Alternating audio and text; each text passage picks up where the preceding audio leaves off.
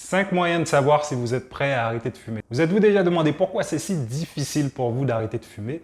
Pourquoi certains arrêtent du jour au lendemain et pour vous c'est une lutte de tous les instants?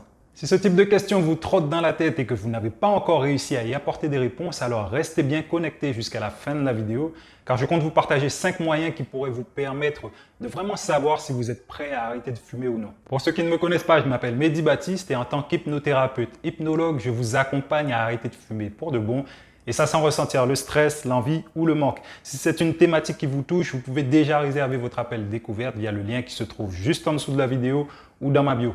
Quant à nous, c'est parti. Alors pour commencer, petite question qui peut sembler n'avoir rien à voir, mais ça vous est déjà arrivé d'aller passer un examen sans avoir étudié au préalable?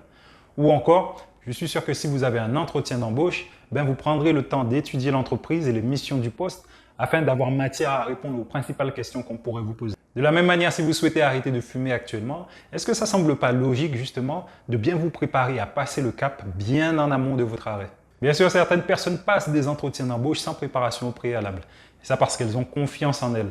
Ou encore, elles ne craignent pas d'échouer parce qu'elles savent qu'elles ne peuvent que faire mieux la prochaine fois. Donc si vous avez déjà tenté d'arrêter de fumer et que vous n'avez pas réussi, aujourd'hui je tiens à vous partager 5 moyens justement de préparer votre arrêt. Et ces 5 moyens pour augmenter vos chances de réussir à arrêter la prochaine fois que vous tenterez. Dans un premier temps, pourquoi souhaitez-vous arrêter de fumer? Avant de faire quoi que ce soit, il est important que vous compreniez pourquoi vous souhaitez arrêter de fumer. Si vous souhaitez arrêter de fumer, vous devez avoir une raison impérieuse, pertinente de le faire et qui dépend beaucoup plus de vous que de toute autre personne. Alors cela peut être pour votre santé, pour vos proches ou encore pour des raisons économiques. Peu importe la raison, si vous pensez qu'elle n'est pas suffisante, elle n'est pas importante, alors dites-vous bien que ce ne sera pas facile d'arrêter. Parce que dès le moment où ça deviendra difficile, vous serez plus susceptible d'abandonner. Numéro 2, est-ce que vous comprenez vos déclencheurs? À savoir, quand avez-vous le plus envie de fumer? Est-ce que c'est le matin lorsque vous prenez votre café ou encore lorsque vous vous retrouvez dans une situation stressante au boulot? Dès que vous comprenez vos déclencheurs, vos déclics, alors vous devez faire de votre mieux pour les éviter au moins les 7 premiers jours de votre arrêt. Par exemple, si vous fumez beaucoup lorsque vous buvez, alors évitez d'aller boire des verres avec des amis les 7 premiers jours de votre arrêt.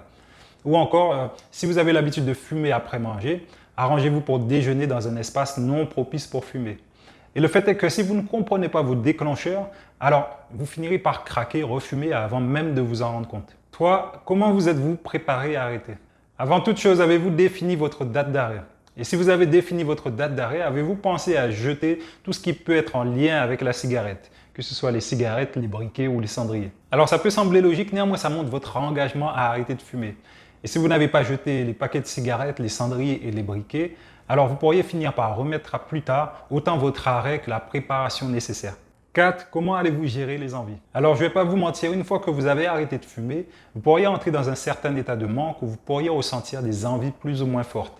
Et du coup, avez-vous une stratégie pour atténuer ces envies? Certaines personnes optent pour les patchs, d'autres pour la méditation, d'autres encore pour des balades. Personnellement, je vous recommanderais l'hypnothérapie. Et peu importe votre stratégie, dites-vous bien que si vous n'avez pas une option pour atténuer les envies, vous vous préparez simplement à rendre votre arrêt encore plus difficile qu'il ne pourrait l'être. 5. Qu'allez-vous faire quand les envies seront trop intenses? Alors cette question est la plus importante à prendre en compte, car c'est à ce moment-là que beaucoup de personnes échouent et craquent.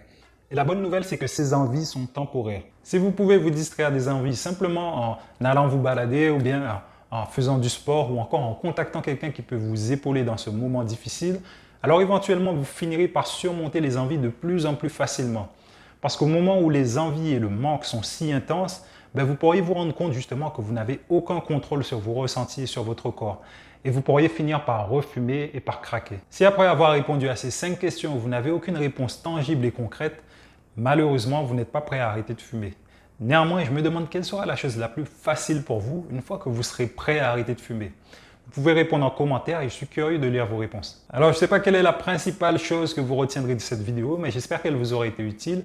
Si vous souhaitez arrêter de fumer et que vous souhaitez vous faire accompagner, vous pouvez réserver votre appel découverte via le lien qui se trouve juste en dessous de la vidéo ou dans ma bio. Quant à moi, je vous dis à la prochaine.